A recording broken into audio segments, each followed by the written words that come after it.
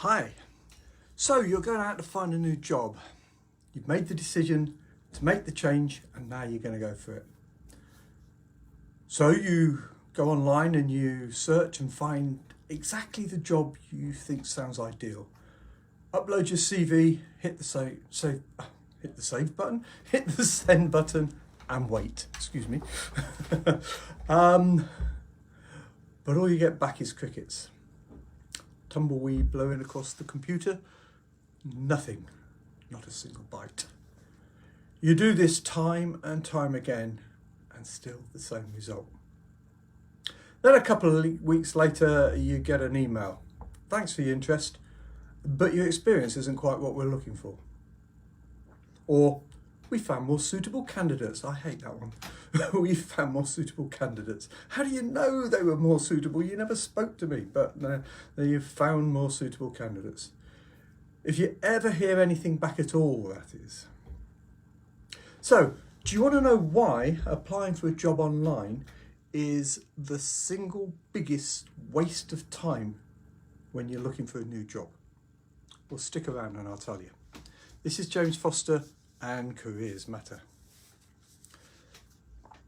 If I tell you right at the outset that 70%, and I'll tell you a bit more about that figure in a minute, but 70% of all roles that are filled are not filled through online advertising.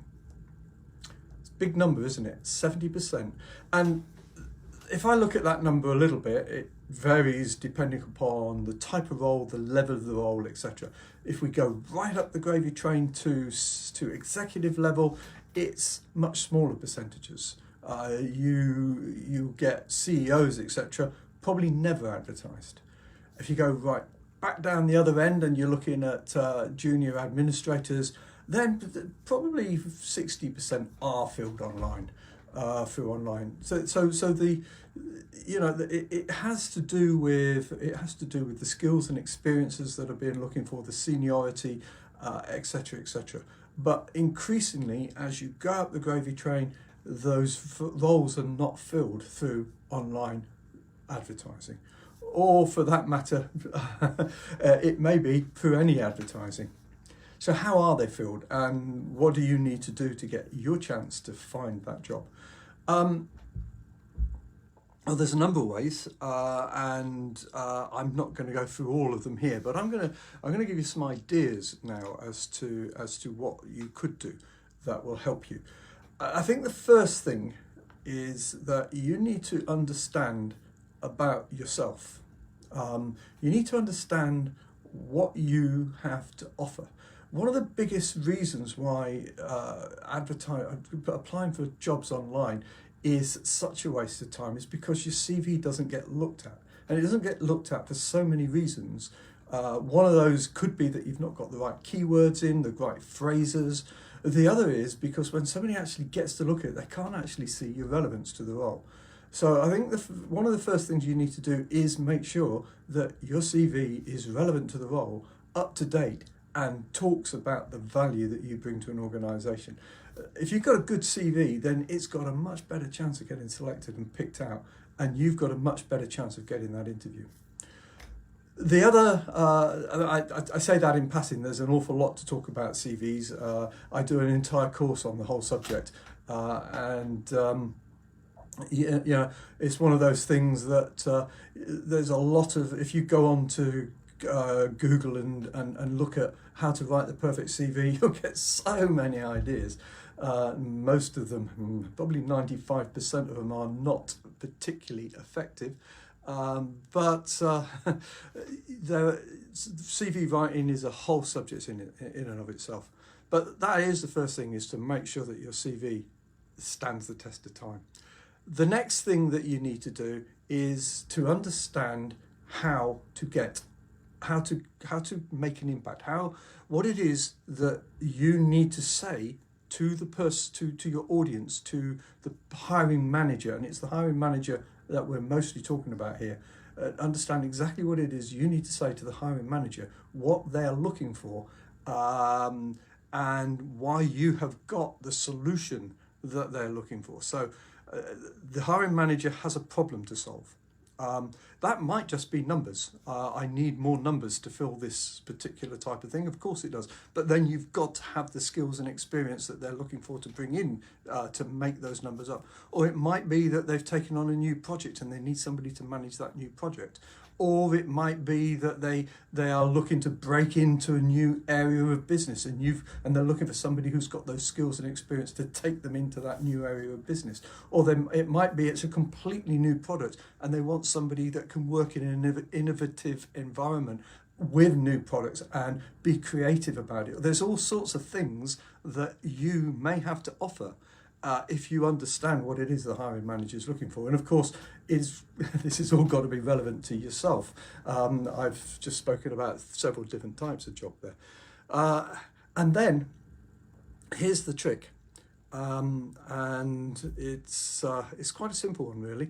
If I tell you, when I say that 70% of jobs are not filled through online advertising, they are filled through people going directly to the hiring manager in one way or another. There are different mechanisms for getting there, but in one way or another, it's a direct interrelationship between the hiring manager and the candidate. There's an exchange that goes on. Good morning, Angela. And what that is, or what it could be, is it could just be as a matter of you writing an email to that hiring manager, telling them that you've seen that they've been advertising a job, or seen that they've taken on a new project, and that you've got skills and experience that will benefit them in that particular environment. So they've taken on a new project, they've got a new customer coming on board, that's going to present certain problems to them. You've done exactly that project before. These are the sorts of problems that you've solved. This is how you managed to achieve it. You just write them an email which outlines that. Not a lot of detail, but a lot of value. So you talk about value, all about value, benefits, benefits, benefits, and then send it with your tailored CV. There's a method of doing it. So, if you take things into your own hands, you can control the outcome. The thing with applying for a job online is you have no control of the outcome. So, you send a CV to an online job, and that's it. You've hit the go button. Maybe you got the opportunity to put a cover note with it. You can always put a cover note with your CV. You just attach it as a front page of your CV. Of course, that's always a possibility. But that cover letter's got to be tailored, and your CV's got to be tailored. You send it. You send it in. Then you have no control over what goes on next. Whether or not the applicant tracking system ATS, which is a sifting mechanism for CVs, your CV goes into it. It doesn't come out at the other end unless it fits certain criteria, unless it's got exactly the key phrases. So you apply for, let me give you an example, a simple example of that. If you apply online these days on LinkedIn, LinkedIn offers all recruiters one big thing. We can elect to only accept CVs from the country for which we're looking for applicants. So if I'm looking for a job in Germany, then it will only look for German CVs, or it will only accept German applicants from Germany. Anybody else for applying from any other part of the world is automatically archived. I can go and look at them, but it doesn't, it filters them out. These days, LinkedIn has hiring questions, which I personally don't use, but they are another mechanism for filtering. So they are to give, they're supposed to add some value to the recruiting process. What they're about is actually filtering candidates out. Not a bad thing, because probably if I'm absolutely honest with you, when I put a job on LinkedIn, I probably get 2 or 3% of applicants that are actually relevant to the role. which is a very low percentage when you think about it. And it is, I'm not making that up. It's 2 or 3% of applicants, that sort of figure. The rest of them are either from other countries, we've been those already, or they're just, what you commonly call tire kickers, just sort of sending their CV in hope of getting some attention. Don't do that. Please don't do that. Don't send your CV into a job that's not applicable for. It just won't get looked at, and you really more chance of annoying people than you have of getting selected for this or any other role. So be relevant. Make sure your CV is relevant. I can't overemphasize how important it is. If you're going to apply for a job, whether online or indirectly, be relevant. Anyway, I'm talking around a number of things here. I want to get back to the central theme for a minute. The central theme that actually the best way of applying for a job is to avoid going in online in any case, because you're just in much more control of the whole process. You are the one that is determining where your CV is going to go. If you get it in front of the right person, you're not having to persuade recruiters that you're the right person for that particular job. So if you go to the hiring manager, if you can get to the correct hiring manager, the right person in an organisation, and you can attract their attention, they will see your CV. So there are tricks of the trade for making that happen. There are mechanisms. Let me give you the clue here. It's all in the subject line. If you have the wrong subject line, you won't get looked at again. You've got to, there's a lot of effort, a lot of thought has to go into the process of getting your CV in front of somebody. Here's another trick: send a letter. Yes, snail mail. It's actually so much faster than email. Email gets in front of them, it gets binned.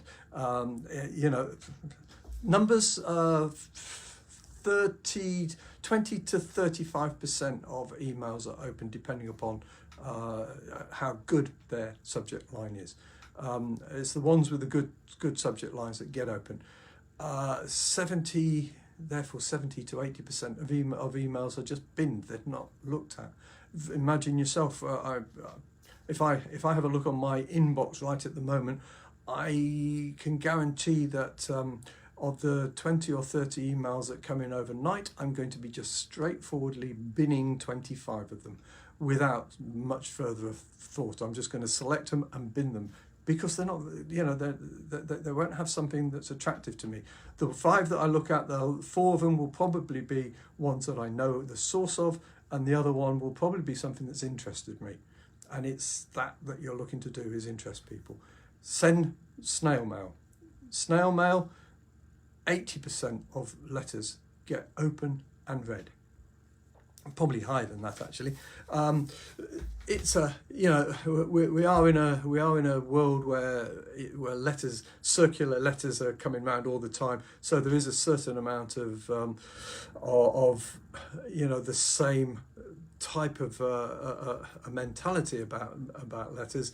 You almost sort of take it straight from the postman and put it into the recycle bin, don't you? But I actually do open. I don't know about you, but I do open every letter just to make sure. Then you sort of see it's a pamphlet from a local, I don't know, what do you call those things? What you call it, house. Anyway, it's a pamphlet from from somewhere that's trying to get me to go there and to because I'm getting old. That's the word. Or it's from a gym, or it's from something else, or it's sales, in other words, and they go straight in the bin. But I do open them all, and if there's a well-written letter, I tend to have a look to see what they've got to say. Some of them I know straight away. They're from finance houses that are trying to lend me money. But I know who they are. They go straight away because I get those regularly. But there are some that come in. They're different. And if I'm receiving a letter at work that's got a CV in it, I'm going to read it. I was a hiring manager myself for years, and I read every CV that I looked at every CV that came through. I don't read every one, but I looked at every CV that came through. Simply because, even if I wasn't looking for somebody, simply because you want to build up a database for your own benefits later on. If I was a program manager, if I got a good CV from a good project manager that was in the right area, I would hang on to that CV. They may not get anything back then, but they would probably hear back from me in the future. So it's always worth doing. Anyway, I've talked long enough on this subject. There is a lot more to say, and I have got an entire course on the subject. How to find a job without applying online. The course, how to find jobs in the hidden job market. With this video, there will be a link that will take you to that course, and it's a small price to pay for what will actually give you access to more jobs than you ever thought possible. If you've struggled to find a job, if you've struggled to get people to respond to your applications, if you've struggled to get to an interview, then I really recommend going and looking at this course. And it will not only tell you how to find those hidden jobs, it will tell you how to apply for those jobs effectively. It will also show you how to build up a network. It will also show you how that network can be developed so that you don't actually ever need to apply directly for a job again, because you're already nurturing your way through to the next job, and how to maintain that, and a whole lot more. And the cost of it is less. It's less than a pizza and a pint, let's put it that way. Or maybe a couple of pizzas and a pint. It's a bit more than one pizza and a pint. But if you're going out with your girlfriend or your boyfriend or your husband or wife or whatever, it's less than the price of pizza for you both and a drink each. So, so anyway, this is James Foster and Careers Matter. Thanks very much.